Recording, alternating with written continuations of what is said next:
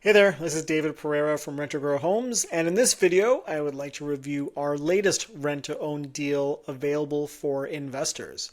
So this one is in Niagara Falls in Ontario. The purchase price is $500,000, and this is a townhouse in the Niagara area. It's actually relatively new, so no maintenance required. I think it's like 3 years old, currently tenanted, but for sale.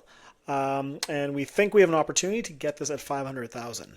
So a bit of background on the tenant buyer. She is a personal support worker, a PSW, makes great money, about 120 to 130,000 a year. Actually has a property back in her home country, looking to sell that.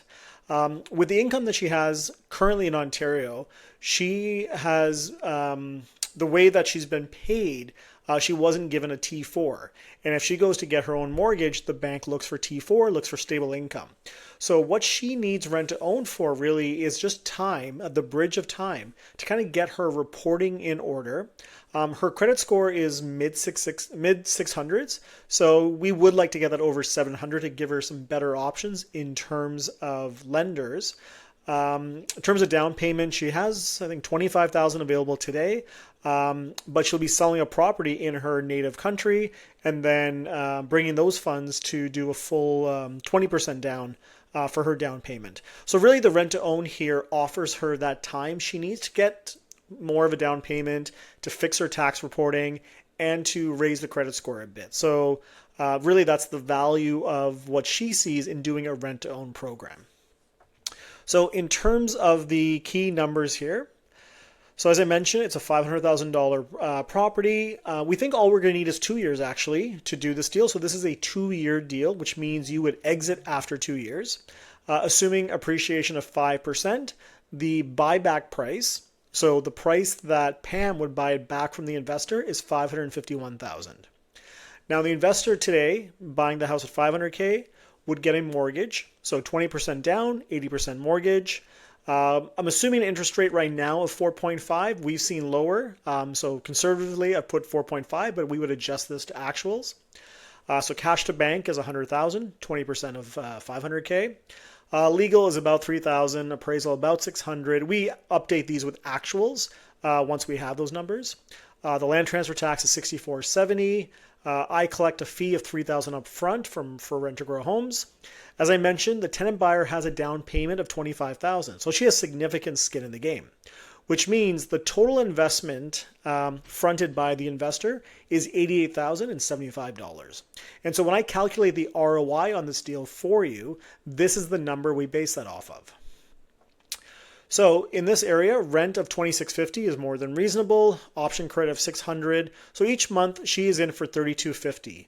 There is a maintenance charge or a maintenance fee, an HOA type of fee associated with this, but the tenant buyer pays for that separately directly to the association. That's about $225 a month. Assuming a 30-year amortization of 4.5, your mortgage would be about 2027. Insurance, I'm estimating for 200. Property taxes just under 300. So total out each month is 2527. Total in is the 3250 here. So that means the monthly net cash flow is 723.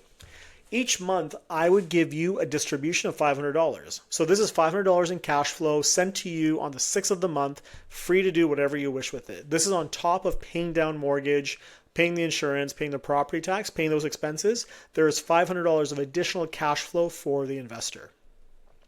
I take a property management fee of $150 each month, and we leave a little float of $73 per month in the account. Now let's fast forward a couple of years to closing in 2027. The purchase price now is $551 as we agreed upon. We return the original deposit. We return these additional savings credits. That's $600 a month for 24 months. So this $39,400 goes back to Pam. We get the mortgage discharge, legal closing costs. We return your initial investment to the investor. So this is the proceeds from the deal at sale time. Now let's look at overall profit. So 51,250 is the appreciation. We had some mortgage pay down over 2 years and even a bit of rental cash flow. So the subtotal on profit is 67,000. but we got to remove the legal fees in the beginning, at the end, the land transfer, and I am paying a referral fee to a mortgage broker for this of $2,500. So the total profit left is $52,935. Now, the investor was in for $88,000. On this deal, what I'm promising is 20% annualized return. So 20% times 2 for 2 years is 40%. 40% multiplied by this 88,000 is 35,230. Now, you received a portion of this during each month from cash flow. So if you remember correctly, there was $500 each month given to you. 500 times 24 is 12,000. Subtract the 12 from the 35, and this means you get another 23,230 upon closing. In terms of how I make money, there was $3,000 up front, there was $150 a month for property management fee, and then I kind of get what's left over from the sale once we make sure that the investor is whole. So my total profit is $17,000. So going back to the overall profit pie, there was $52,900, you're taking 35, I'm taking 17. It's basically a 2/3, 1/3 split. And you can see all the summary of those numbers here on the right. So if this deal is interesting to you, or maybe not quite this one, but something else with a different price point in a different area, please reach out to me. These deals come fairly often, but when they do come and I post videos like this and start advertising, looking for investors, they do get snapped up pretty quickly. So please reach out, send me an email, send me a WhatsApp, and I'd be happy to talk to you. Take care. Bye-bye.